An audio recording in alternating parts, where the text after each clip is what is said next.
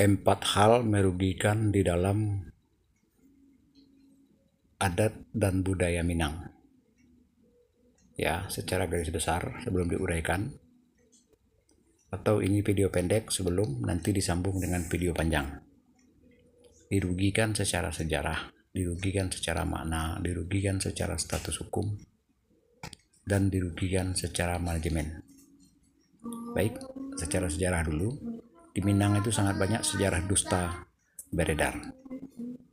Ya, minimal saya punya rujukan ada 4 versi. Kalau secara makna, beda orang pengucap, beda pula memaknainya. Ya, yang ketiga, status hukum ranah adat, ranah budaya sangat lemah di tata pemerintahan.